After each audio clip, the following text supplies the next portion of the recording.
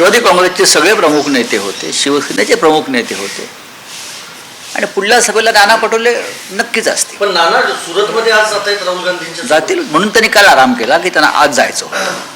Sir, तुम्ही एक tweet केले की जी डिग्री आहे पंतप्रधानांची ती नवीन संसदेच्या भवनाच्या प्रवेशद्वारावर लावावी. मग त्यात चुकीचं काय? प्रधानमंत्री आहेत आमचे. प्रधानमंत्री नरेंद्र मोदी जे चहा विकून शिकले, त्यांनी प्लॅटफॉर्मवर रेल्वे चहा विकला आणि त्यांनी BA MA with entire politics science, entire political science, ऐतिहासिक और क्रांतिकारी, हिस्टोरिक एंड रिवोल्यूशनरी, इस प्रकार की ये शिक्षा और डिग्री है.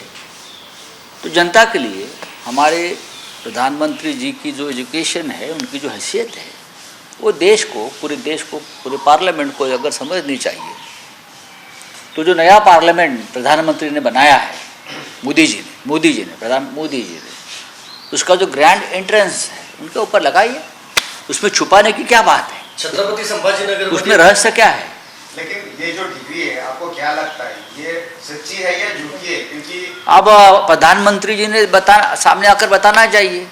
ये जो डिग्री है गृह मंत्री अमित शाह जी ने लोगों के सामने लाई थी. अब उसके ऊपर बहुत से लोगों ने संदेह पैदा किया है. दिल्ली के मुख्यमंत्री केजरीवाल जी, उसने जब इस बारे में जानकारी मांगी इंफॉर्मेशन कमिश्नर से, तो उनको 25,000 का जुर्माना ठोक दिया. क्यों? हमारी डिग्री जनता के सामने है. राष्ट्रपति की डिग्री भी हम मांग सकते हैं. किसी हाईकोर्ट चीफ जज या चीफ जस्टिस ऑफ इंडिया का हम मांग सकते हैं. प्रधानमंत्री की डिग्री छुपाने का कारण क्या है?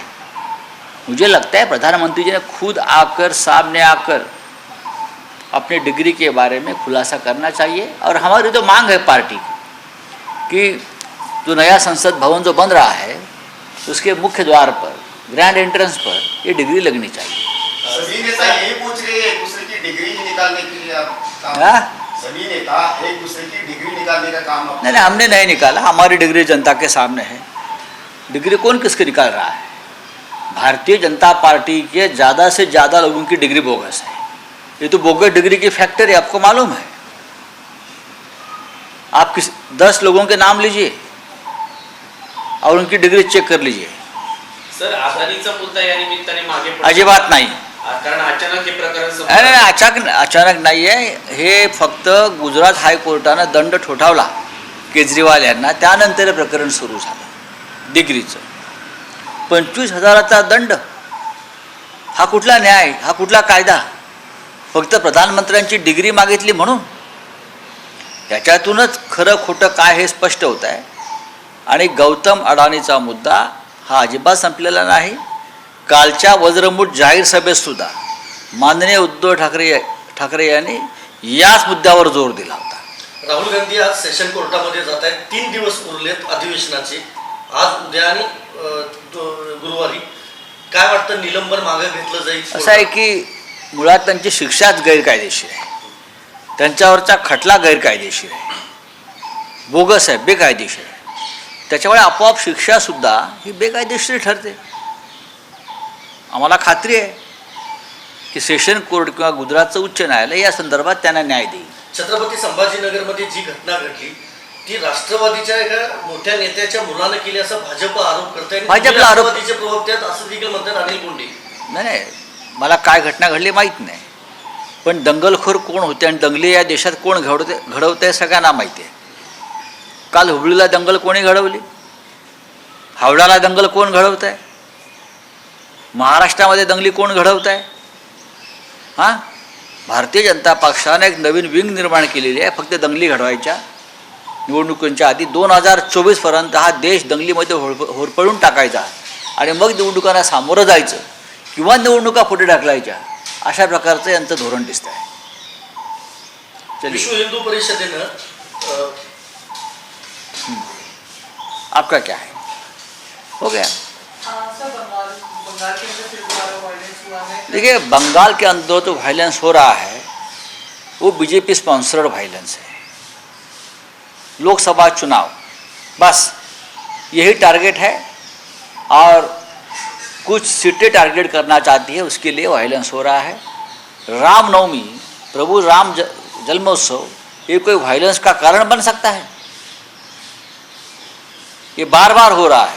और ऐसे राज्यों को चुनाए जहाँ एक तो चुनाव है, या वहाँ बीजेपी की सरकारें नहीं है, या सरकारें कमज़ोर है। महाराष्ट्र में हो रहा है, इसलिए हो रहा है क्योंकि महाराष्ट्र में जो सरकार बन रही है वो शिंदे गुट और बीजेपी की, वो बहुत कमज़ोर सरकार है, बहुत अनपॉपुलर सरकार है।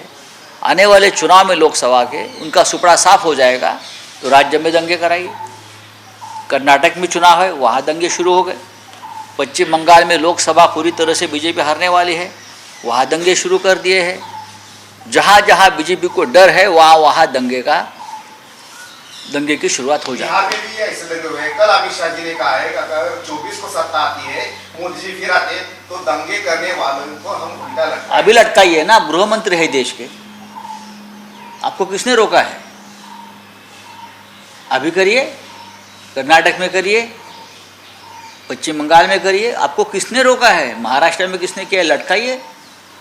आप देश के गृह मंत्री हो भाई, अमित भाई, आप देश के गृह मंत्री हो। उसमें बिहार भी आता है, उसमें बंगाल भी आता है, उसमें महाराष्ट्र भी आता है, सब कुछ आता है। पार्लियामेंट में सर आप ये दंगों का मुद्दा भी आज उठाएंगे? हम जरूर उठाएंगे, लेकिन अडानी नहीं छोड़ेंगे। स्टॅलिन आज सामाजिक न्याय परिषद घेत आहेत। हाँ, मुझे मालूम है, मला माहिती आहे। चला, संजय राऊत दिल्लीमध्ये बोलत होते आणि यावेळी त्यांनी विविध मुद्द्यांवर भाष्य केलंय। राहुल गांधी यांच्यावरील खटला, ही जी कारवाई आहे ती बेकायदेशीर आहे असं संजय राऊत म्हणतात। 2024 पर्यंत देशात दंगली करण्याचं धोरण आहे असा हल्ला बोलता संजय राऊत यांनी भाजपवर केलाय। राहुल गांधींना कोर्टाकडून न्याय मिळेल असंही त्यांनी म्हटलेलं आहे। आणि निवडणुका असलेल्या ठिकाणी दंगली निर्माण होत आहेत, घडवण्यात येत आहेत असा हल्लाबोल संजय राऊत यांनी केलाय।